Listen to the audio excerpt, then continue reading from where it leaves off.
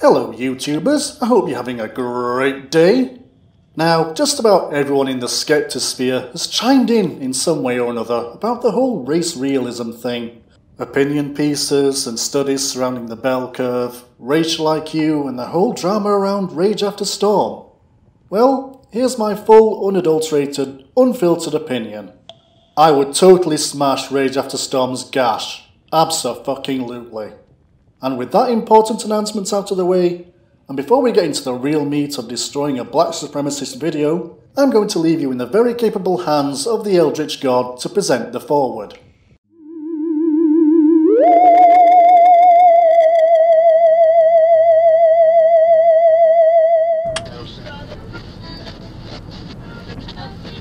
So here I am, midnight on a Saturday, feeling bummed, feeling depressed.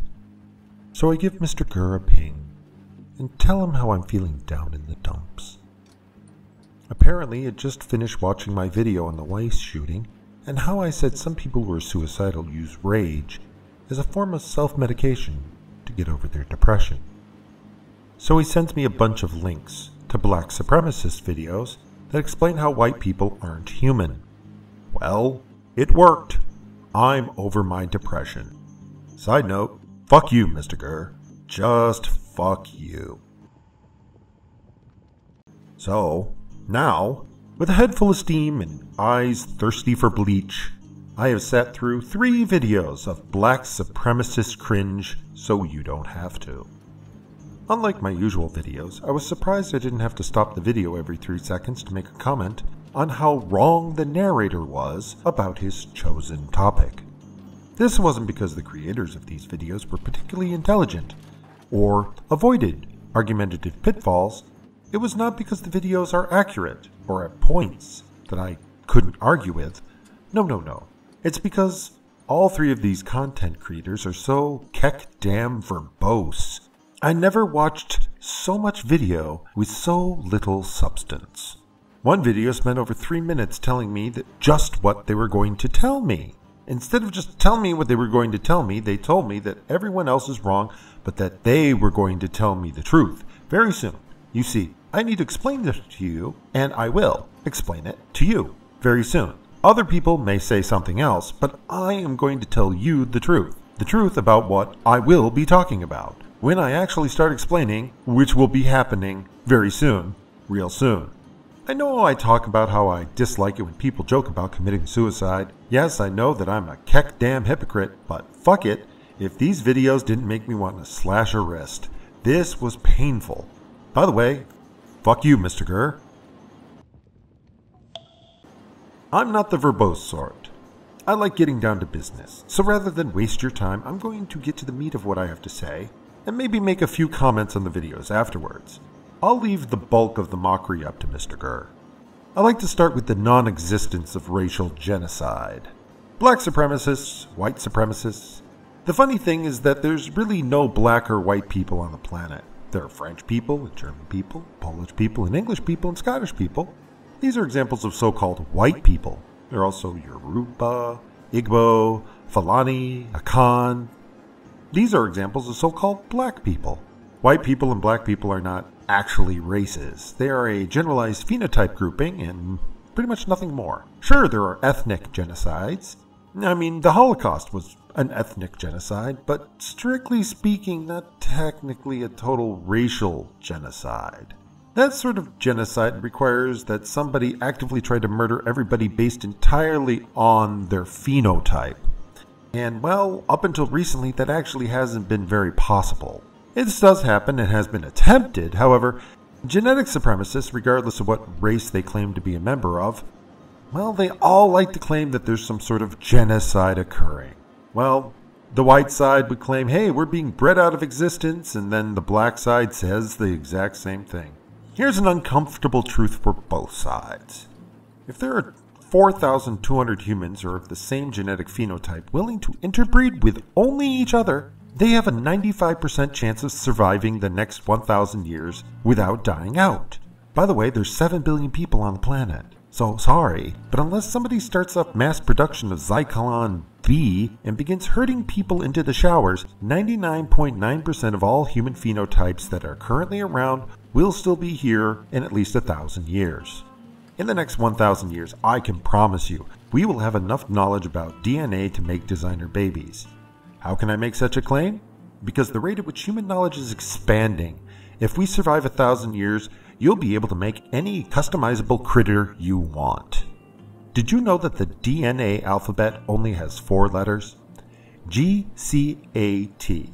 Well, not anymore. We created 2 new letters to the genetic alphabet just a few years ago, P and Z. Oh, and don't forget back in 2008 where they made a bacteria with X and Y DNA. No, not that particular chromosomes. They made a new set of pairing of DNA which uses the letters X and Y. Yes, that's right. We used to have a 4-letter alphabet and now we got 8. The estimate is we could potentially have up to 172 letters in a modified genetic alphabet. No amount of interracial fucking is going to wipe that out. We are in far greater danger of wiping ourselves out entirely because it looks like the PZ pairing is resistant to cancer. Unless someone is actively killing people based on their phenotype, then racial genocide just isn't happening. And frankly, it's only a matter of time before you can pretty much store your DNA on a flash drive. However, let's get down to the nonsense science of genetic superiority. This is the part that boggles me about all these supremacists. I don't care if you're black or white, you're all idiots for the same reasons. Genetic supremacists only make the same claim. My race is superior to other races by right of my genetic superiority. Then they claim to proceed to some sort of arbitrary goal that one needs to achieve to be so-called superior, and then they claim that their race meets the goal better than anyone else. Huzzah! Newsflash, Darwinism is quite clear. The best DNA passes on to the next generation because the environment selects it. For example, humans get DNA from exposure to sunlight. Too much sunlight and it causes damage to the skin. Since humans got a lot of sunlight around the equator, they got enough sunlight to make all the vitamin D they needed. As humans moved north, they got lighter skin because, well, frankly, you got less sunlight and the damage to skin wasn't nearly as bad as the lack of vitamin D. Hard to have a skeleton without vitamin D, you know? However, when humans went so far north that there were no more trees, and humans were out in the snow-covered tundra all the time, their skin turned dark again. Why? Because the sunlight bounces off the snow as well as comes down from above. Eskimos have a different phenotype than Africans because the environment selectively pressured humans to have one phenotype over another. That's the important part to take away from all of this. How successful a phenotype is depends on the environment. There is this myth that bigger is better.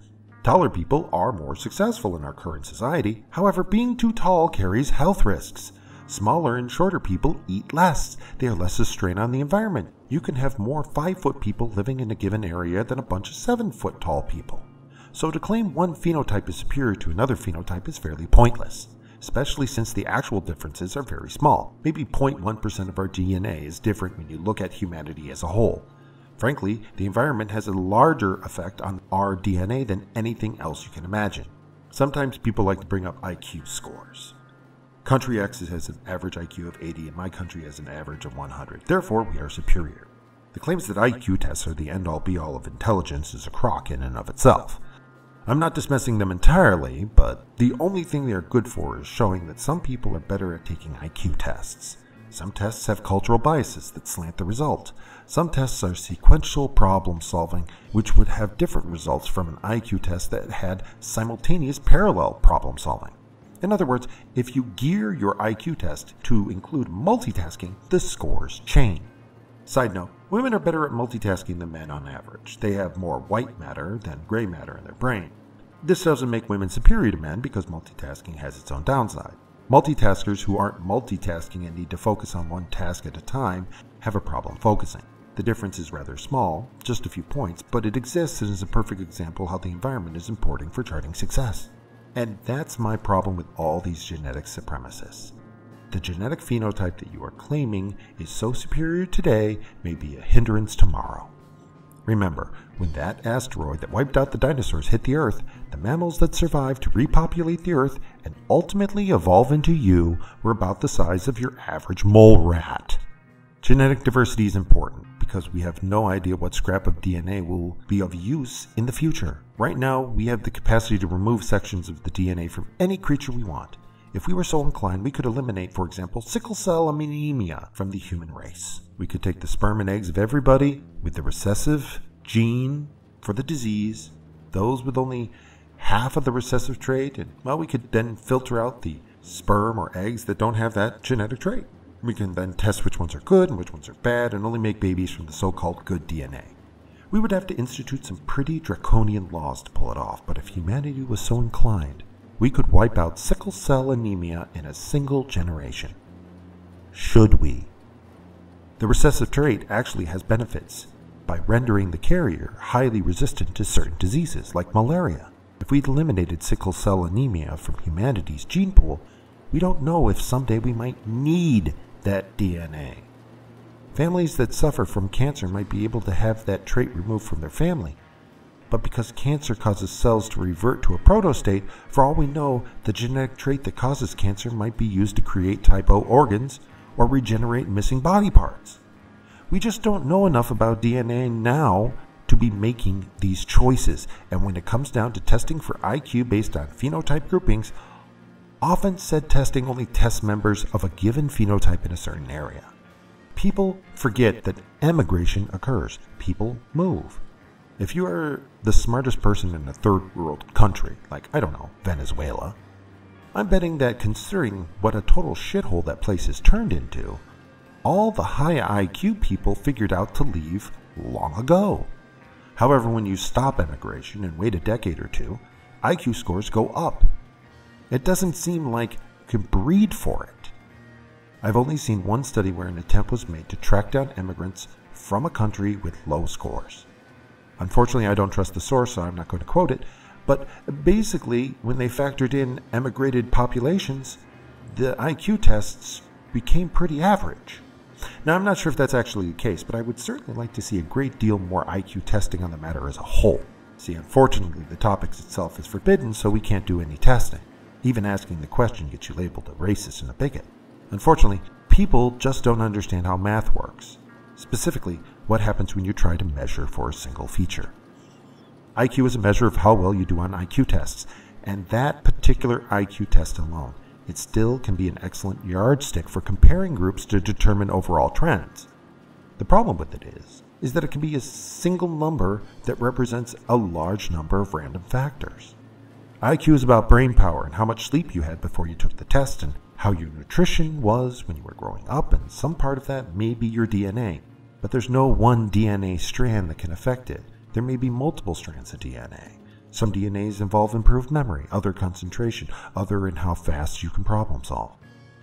But that is also, again, the problem with trying to use math on complex issues. Oversimplify something and the solution causes its own problems. These various random factors that add up to your IQ score are what makes a bell curve. By the very nature of a bell curve, it has various properties that will constantly emerge because that's how the math works. For example, the 80-20 rule. 20% of a given population is usually responsible for 80% of the results. Like 20% of a customer base makes up 80% of your sales, or 1% of your workforce usually makes up 50% of your productivity. This isn't magic or mystical. It's a side effect of what happens when you average out a large population into a single criteria, when said criteria is dependent on multiple random factors. Now, let's say the top 1% of your population, by intelligence, leaves your country. Well, guess what? You lose 50% of your intellectual output. Now, if you just let the population stabilize, in a few years, your population will replace that missing top 1%. Now, if you don't understand how math works, this might seem strange. This might sound like magic, but frankly, it's just a matter of math. It's called the Pareto effect. I'm bringing it up and going into so much detail because all of these videos ignore it. They ignore how math works. They assume single traits that have single causes. They make correlations from data to data where there's no proof of causation. And worse, they like to generalize from the specific and Often, they'll just ask leading questions, show you some weird imagery, and then go, I wonder what's up with that. Well, frankly, that's sloppy. They assume that the environment is the same across the entire planet. They assume nothing will ever change. They assume that what happened thousands of years ago applies today. They assume some things are always immutable and that other things will change for no other reason than because, well, they want it to change. Yes, I'm going to get into the nitty-gritty, but don't think we're doing it because we hate blacks or because we feel the need to defend the so-called white race. You see, here's the final problem with all these videos. They believe the sins of the father are also the sins of the son. They also believe they can take credit for the accomplishment of others. That's my problem with these genetic supremacist bastards. They want to claim successes of their ancestors as their own. They think that because they had ancestors who did great things, they deserve accolades. And why? Because they're genetically related to somebody who did something awesome.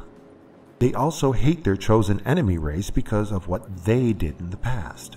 These bigots are obsessed with history. They are obsessed with the yesterday. They believe that because someone in the past suffered, that they deserve help because of it. It's because of this erroneous belief that the only reason that the enemy is successful is because they had help from their ancestors, while the ancestors of the oppressed, well, they were too oppressed to be helped. Or, in one particular case, the claim is that all white people are reptilians. But I digress. As a counterclaim to all this nonsense, I ask you to look at the lottery. Here in the US, we have the lottery. People buy tickets, and millions of dollars are raised for schools, supposedly. However, a portion of the money goes into a jackpot. Eventually, somebody wins that jackpot. There are stories of winners that within a few years, sometimes as little as a few months, winding up worse off than before they won. The lottery curse, they call it. They claim you use up all your luck and now you only have bad luck from now on. The truth of the matter is these people are just morons. They are bad at handling money, and it doesn't matter how much you give them, they will lose it. This doesn't just happen with lotteries, but also with inheritances as well. Giving someone a large lump of money might help them, but if they have no idea how to manage their money, they actually can become worse off for the process. Yes, it helps to have rich parents, but the studies show that rich families come and go. I myself technically am descended from Polish royalty, but trust me, I'm not rich at all. I got no help from my ancestors because mom was a refugee and my dad was an orphan. A third of my family tree was wiped out by the Nazis and another third by the commies. Fortunes come and go. To believe that the fortunes of our ancestors over 100 years ago controls your current fate is nonsense. We are all equally screwed in this world. Some have it better, some have it worse, but overall, the average level of screwedness is fairly constant. If you look at the bell curve, only 1% are super rich, about 20% of the population is well off. The bell curve keeps resetting itself. The population shifts. You can try to be in the top 1%. You can try in the top 20%. But if you try to force certain people in and out, or try to eliminate the top 1%, it won't change anything overall. The bell curve eventually will reset, not because of society, or because of racism, or because of some conspiracy, or because of some ethnic group that you love or hate. It will reset because that is the nature of taking multiple random variables and condensing it into one single variable and charting it. That's what happens when you use math to figure things out. It is a great basis for determining how society works, but it isn't how society actually works.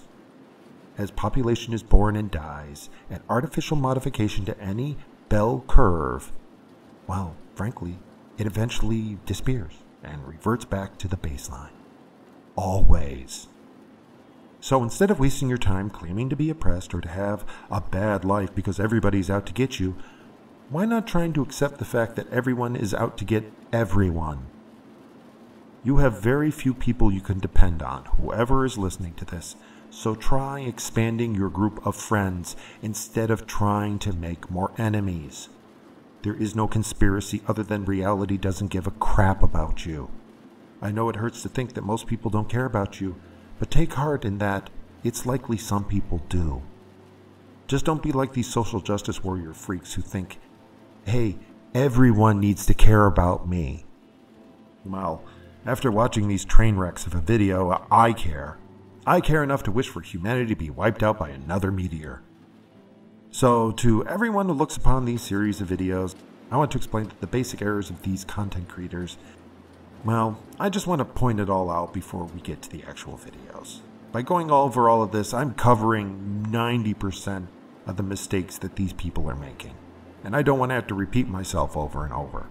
After this point, I'm going to get around to the fun business of just mocking the shit out of them. And boy, is there some serious bullshit here to mock. All white people are reptilians. Jesus fucking Christ. By watching this forward to the series, you will be inoculated to some extent to the stupidity that follows. And maybe, just maybe, you'll feel an urge to go out and find your own bigoted, racist, genetic supremacist to mock the shit out of. That'd be nice. Just be sure to send us a link. We'd love to see what you come up with.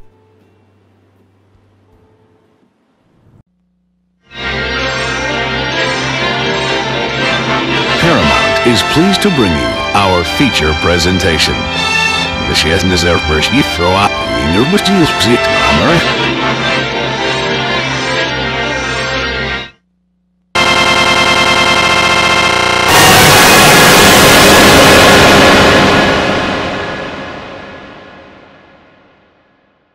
Greetings and salutations, I am Unforth Neverborn, the abyss that slumbers, and you are listening to the Eldrich God. And I'm Mr. Gurr. Let the insanity commence. So today's video is brought to you by a donation from Ancient Melanin. He wanted to know, where do white people come from? Now, there have been many theories out there, such as the out of Africa theory.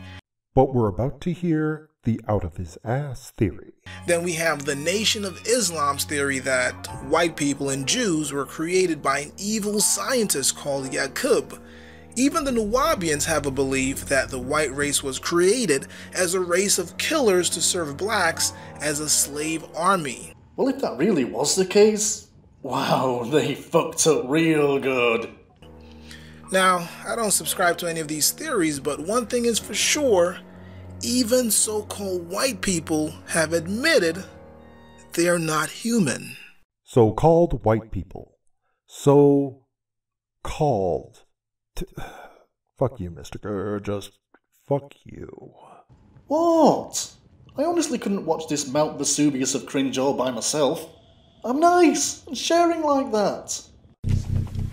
Now, before I answer the question, where do white people come from, we first have to look at some very significant differences between Caucasians and Aboriginals, such as so-called African and the so-called Native American. No, they are not so-called. They are called that. I'm going to want to murder you by the end of this video, aren't I? I want you to murder him now. Now, Caucasians have a sulfur-based anatomy.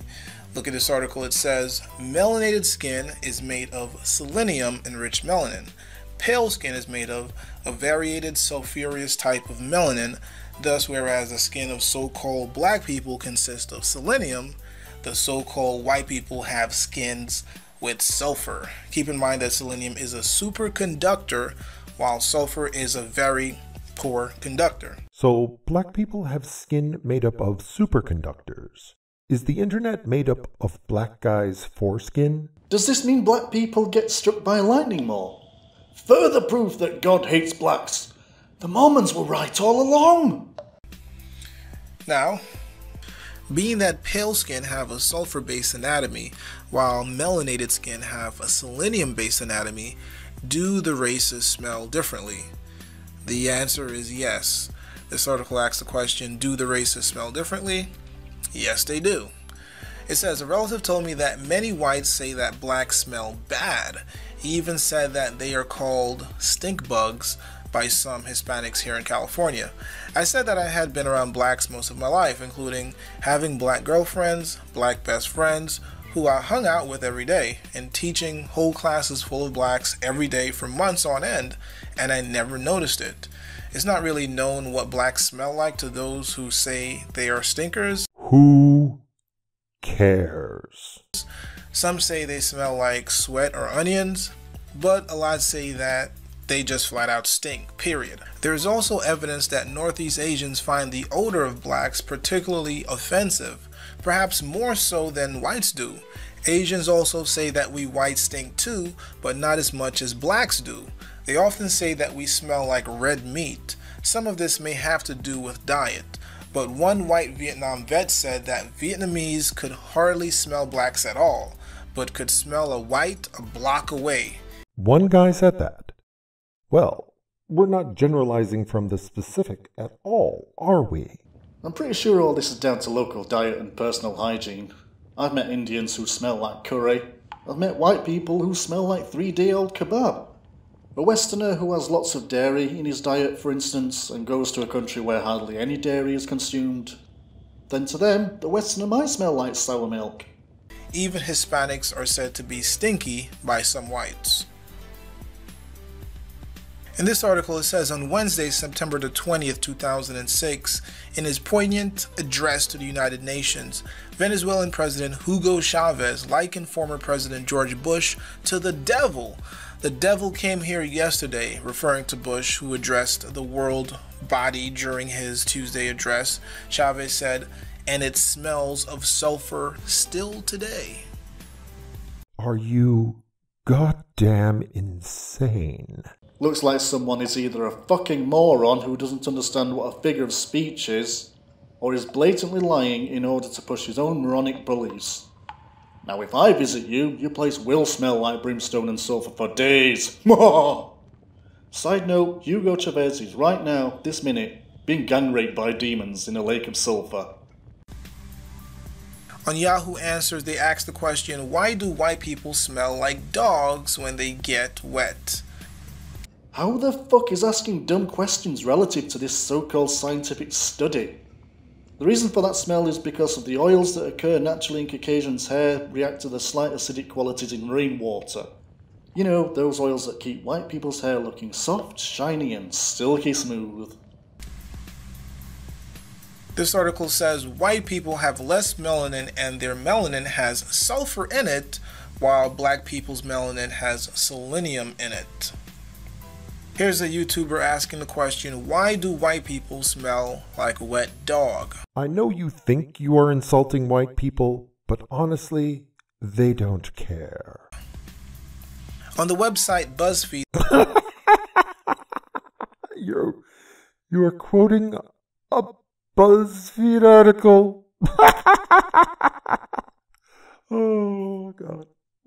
Just kill me now. they asked for the top 20 things white people smell like.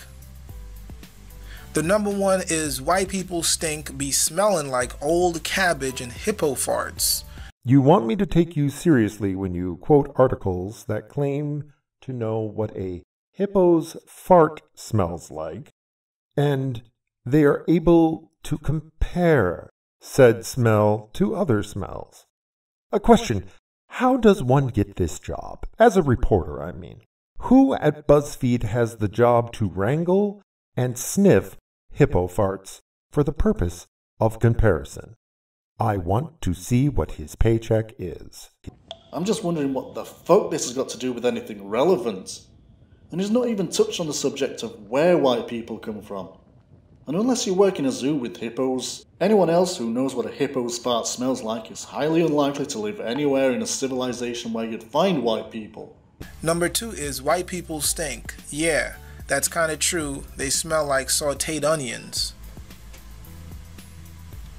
On this forum, one user states that they recently read the book, It's the Little Things, the Everyday Interactions That Get Under the Skin of Blacks and Whites by Lena Williams. In it, she said that white people with wet hair often smell like wet dogs to black people, and that black people often smell like sour milk to white people. I have never heard this. When I lived in Memphis, almost all my friends and co-workers were black. We joked about interracial quirks and friction, and smell was never mentioned. I have never been reminded of sour milk by a black person's smell. However, it seems that many people do experience this phenomenon. Why do you think someone might have a certain aroma to a person of a different race? How often does this happen? I once heard that Westerners smell bad to Asians because of all the meat in our diet, which makes sense.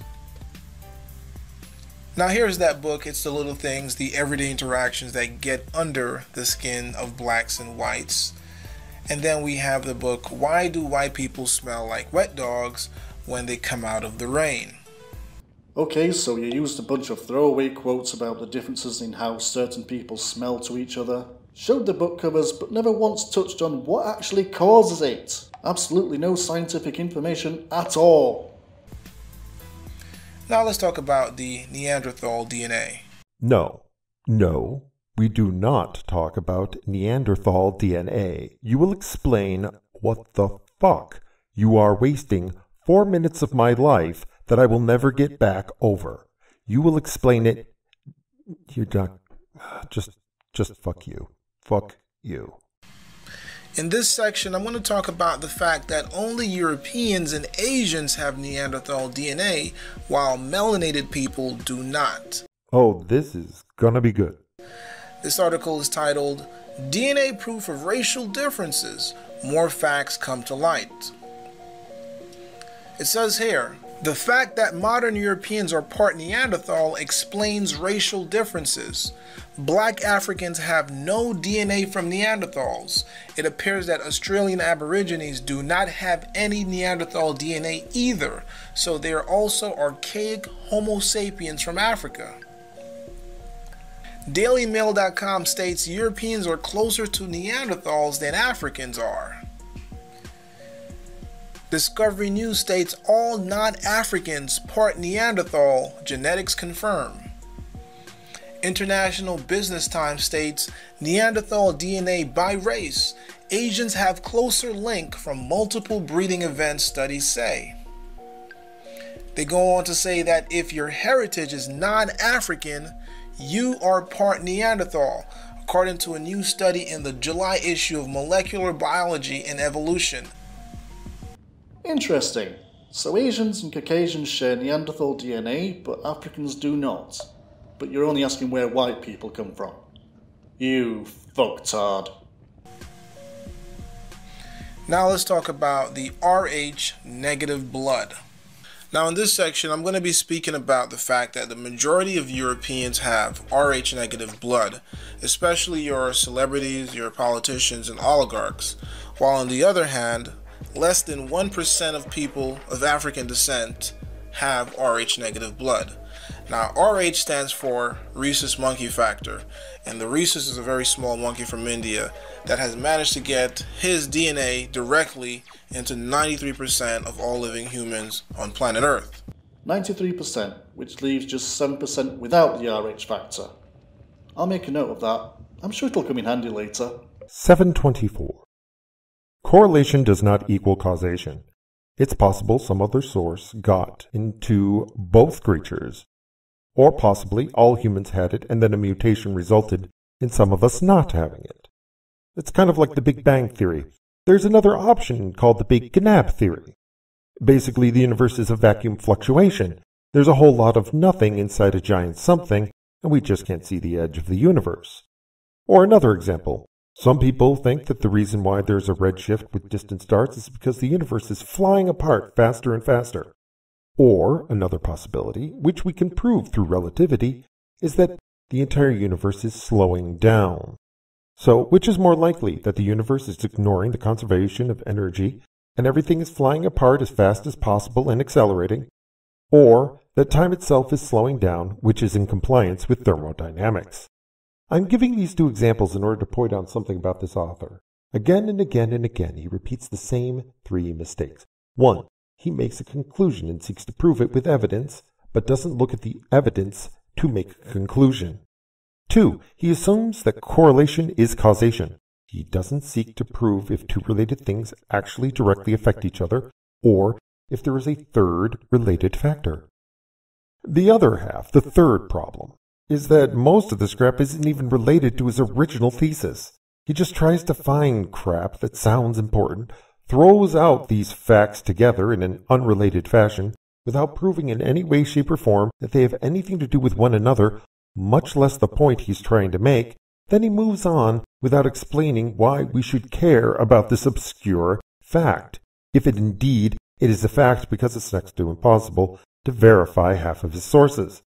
At the very least, he's being deceptive about all of this. Now, frankly, there is a difference between being deceptive and flat-out lying.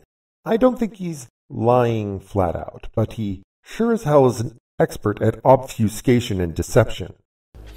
Then we have blood types. We have type O, type A, type B, and type AB. Now, type O can donate to type O, A, B, as well as AB.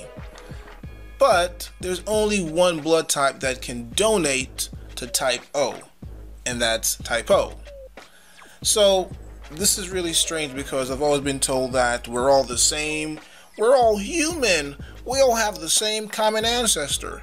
Well, how do you explain this? How do you explain a diversity of genetic material? Well, you see, when a disease comes along, it reacts differently to different antigens. Type O is the most accepting of blood types, and people with type O are affected by more diseases than somebody who has type AB. So, basically, in a diverse environment, you get diversity of genetic materials as certain types survive and certain types don't. It's called natural selection. Depends on the environment. How do you explain the fact that we don't have the same blood type? Now, the American Indians are virtually all type O. We're talking about the Bororo Indians from Brazil, the Inca Indians from Peru, the Shampan Indians from India. Now, people with type O blood need to eat animal proteins, whereas people with other blood types are recommended to be vegetarian. Now, here are some traits of people that have Rh negative blood. They usually have an extra vertebrae, supposedly higher than average IQ. They have more sensitive vision and other senses. They have a lower body temperature, higher blood pressure, increased occurrences of psychic and intuitive abilities. Stop right there. The moment you claim that Rh negative blood gives more people psychic powers, nothing you say is valid anymore. Nothing. God damn it. How many hours of work am I going to have to go through to prove how stupid you are? You don't have to. He's doing that himself. But frankly, let's have some more cringe, shall we? They predominantly have blue, green, or hazel eyes. Sometimes they have reddish hair. They have an increased sensitivity to heat and sunlight. And they're always victims of alien abduction. And always the victim of alien abduction. Let's hear that again. And they're always victims of alien abduction. Mr. Kerr, once again, fuck you. Fuck you for making me watch this video. I hate you. I hate you. I hate you. You are paying for my chiropractor because this cringe is causing my L4, L5 region to turn into a pretzel. God damn you, you heartless, sadistic bastard. That's me. I will find a way to make you pay. I will. And now here we have a list of people with Rh negative blood type. And what do you know? At the top of the list, we have Barack Obama, blood type AB negative. At the top of the list? Why? Why is he at the top of the list? How are there degrees of Rh negative blood? He is the most negative? Does Dan Aykroyd have slightly more Rh positive blood than Obama? I don't understand. As I stated before, less than 1% of people of African descent are Rh negative, right? And then we have this long list of people like Dan Aykroyd, Charlie Chaplin, and Tom Cruise. And of course we have Johnny Depp and Nicolas Cage, who got their eye teeth removed we'll speak about that at a later date. How the fuck is having eye teeth removed relevant to anything? Now, moving forward, we have our buddy, Queen Elizabeth with blood type O negative, and all the celebrities that are related to her. Wow. So fucking what? Angelina Jolie, Brad Pitt, Hilary Duff, and the list goes on. So now let's take a look at some news articles we have before itsnews.com stating the mystery of Rh negative blood, genetic origin unknown. You do know what Rh negative means, right? It means the absence of the Rh antigen. It means it's not there.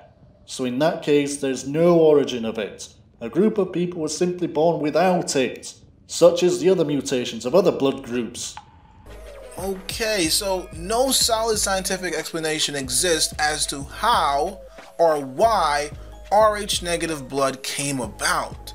It is presumed to be the result of a random mutation. Yes.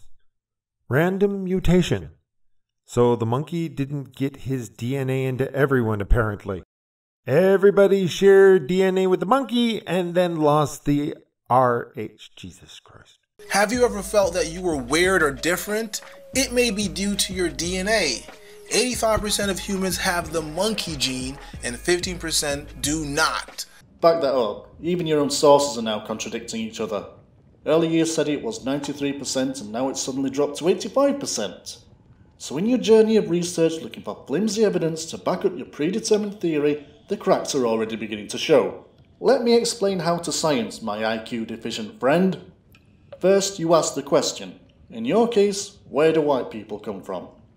Then you study scientific journals that incorporate history, biology, geography, evolution, and all other studies. Then you compile them to the best you can to create an accurate picture as possible. Then you present the results. However, you have not asked the question, but instead have already decided upon the answer. And now you're clutching at straws, desperately looking for any little snippet that supports your moronic theory. Wrong. Wrong, wrong, wrong, wrong, wrong. And maybe have an alien gene instead. No. For fuck's sake, they don't have any extra genes instead.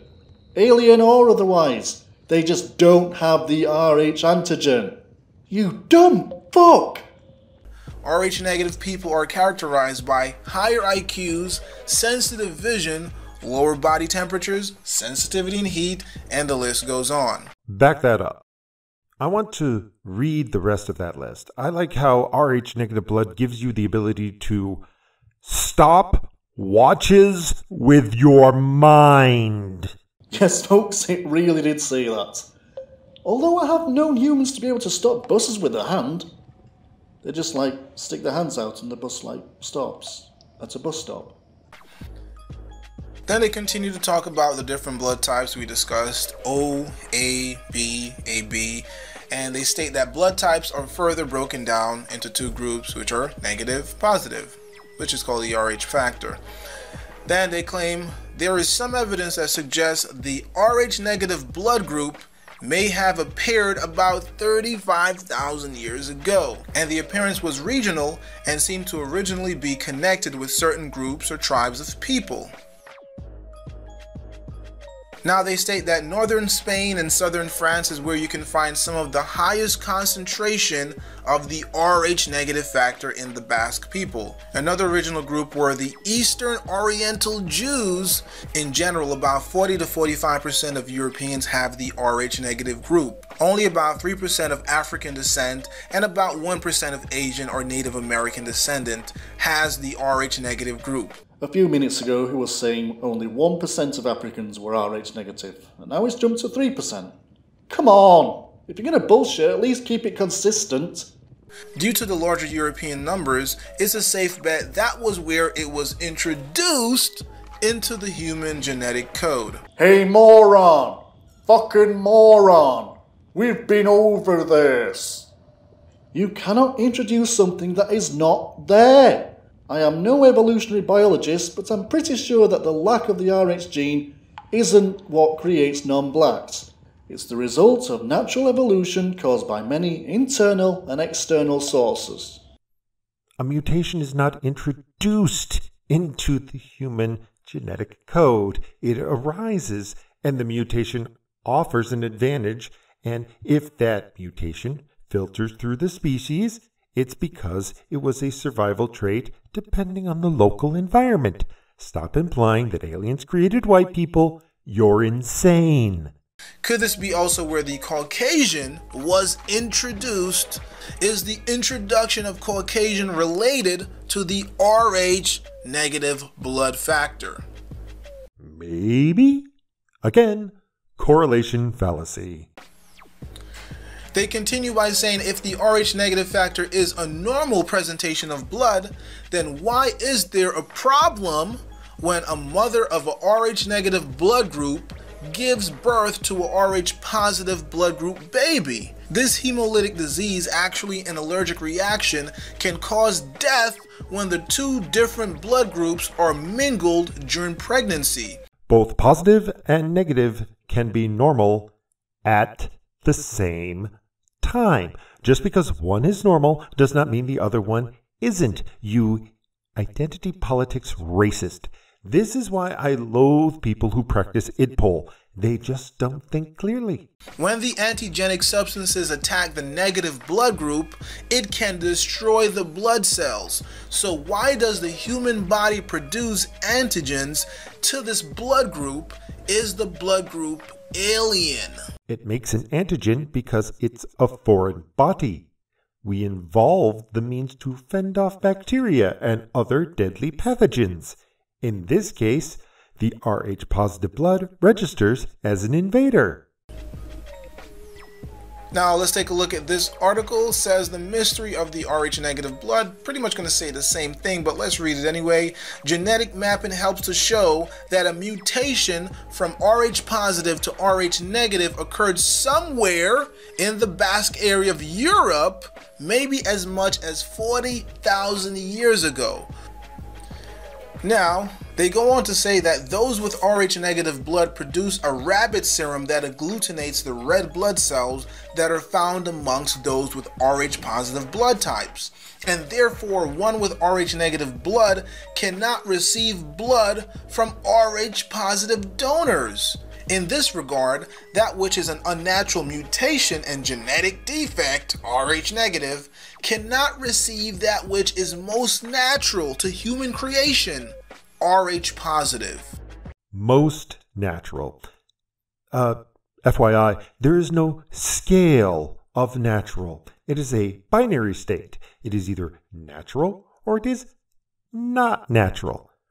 To be unnatural, it'd have to be something artificial. Oh, I get it now. You're nuts. You know what I'd like answered? The topic that he's not dared to touch upon yet. So between 85 and 93% of all humans are Rh negative, and between 1% and 3% of Africans are Rh negative, right? Let's get my tyranny head on and crunch the numbers, shall we? There's a population of 7.5 billion in the world right now. 2.4 billion of those are African or of African descent, which is 32% of the world, and around 1.8 billion are Caucasian, which is just under 25%. So let's use a conservative estimate that 85% of the world being Rh negative, leaving only 15% Rh positive. So even if the entire demographic of people with the Rh factor are only Africans and no other race, it would still mean that 1.125 billion Africans are Rh negative. That's just under 47% of Africans that share the same genetic mutations as white Europeans. If we use the same calculations but with the 93 negative and 7% positive, it would still mean that 21.875% of Africans are Rh negative, much higher than is between 1 and 3%. Face it, a lot of Africans share the same DNA as those white devil Caucasians. Now let's talk about Vlad the Impaler. What? What? Why? Sure, he's my all-time favourite historical despot, but what the fuck has this got to do with anything? Now, Vlad the Impaler was born in Sikișoara, Transylvania, north of Wallachia, which is now modern-day Romania, during the Dark Ages in 1431. Dude, I work with schizophrenics that jump around from topic to topic less than you. Vlad, his father, was a member of the Order of the Dragon, a group who were supposed to protect Christianity. Now, Romania was actually the current-day resurrection of ancient Rome, and the dragon of that order carries with it some serious significance. Current day? The name Dracul itself stands for dragon, and young Vlad, being eager to honor his successful father, took on the name of Dracula, which stands for son of the dragon. But how or why is this relevant? Is he going to say white people come from dragons next? Side note, the word Drake also means dragon. I thought it meant male duck. But I digress. You digress. Your digression. This whole video is a digression. It is nothing but digression. How do you digress? This is like digresception.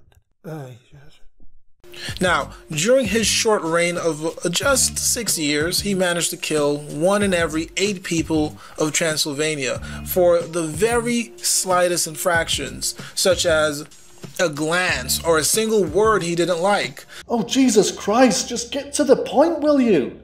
After all this time, you've not even touched on where white people come from. Amassing a kill total of more than 100,000 in just 6 years. This breaks down to about 45 people every day, 7 days a week. Yep, he certainly knew how to deal with the Muslim problem and the homeless problem, and there was virtually no crime. Kinda like North Korea now. Now, his dungeons revealed a spawn of terrifying inventions of torture, but in the end of every sentence, the ultimate completion of his enemies' lives were always the same, by ramming a 5-foot diameter sharpened stake up through their ass and out of their chest, neck, or mouth. 5 inches, you pleb. Staking someone with a 5-foot diameter pole would be physically impossible. You're clearly not good with numbers, are you? The grounds of Bran Castle were always strewn with rotting corpses in differing levels of decay on these very tall stakes. Now, besides personally enjoying the entire experience of someone's intensely brutal torture and death, Vlad also drank blood on a regular basis with meals. Okay, we get it. Now can we move the plot along? Get on with it! Get on with it. Yes, get on with it! Get on with it! He also enjoyed very much dipping his bread in warm blood and eating it with his dinner, of which is widely known about the most bloodthirsty ruler of all time in Romanian history. Now, many of the authors down through the years have presented very good evidence that Vlad suffered from porphyria, and by drinking the blood of his victims, he maintained a much greater health, as the copper and iron enzymes fed his tissues with a greater supply of oxygen than his own blood could provide.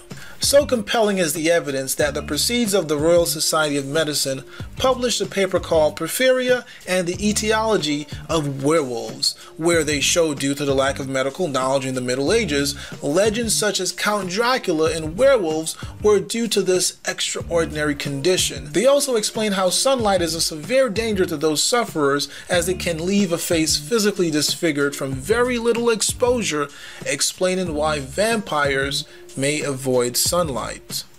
Now, porphyria is a disease that causes the affected person to be oversensitive to sunlight, to be extremely allergic to garlic, and have gums that resemble fangs. It is perhaps the disease that is the basis of the creation of fictional characters that we have come to call vampires. Porphyria is a genetic disorder which is very rare. Nothing to do with the fact that when they'd exhume a body, they'd find what they thought was fresh hair and nail growth, which was in fact the skin retracting as it decayed. The same with teeth.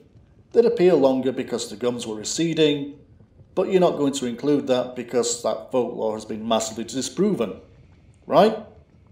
So instead you'll go for the extremely rare disease that affects 1 in 100,000 people, the more severe cases even less so. Sure, we'll go with that. Now hurry up and get your fucking point across. And here we have Vlad the Impaler. Ain't he a handsome fella? Look at that smile. Look at those dimples. Look at those teeth. So symmetrical. And here again we have Vlad the Impaler just having a little lunch, hanging out with a couple of his friends, you know, drinking a little blood with some bread. Ew, gross! Who wastes good blood with boring old bread? Oh, Vlad must be the kind of degenerate that would have pineapple on pizza. Disgusting. Nothing special. And then here we have the family tree. What do you know? They all have the same common ancestor, Vlad the Impaler. So 34 generations removed. Now, if every generation you have 1/2 of the DNA of the generation before it, you would have 0.00000006% of your DNA still be Vlad the Impaler. So who cares?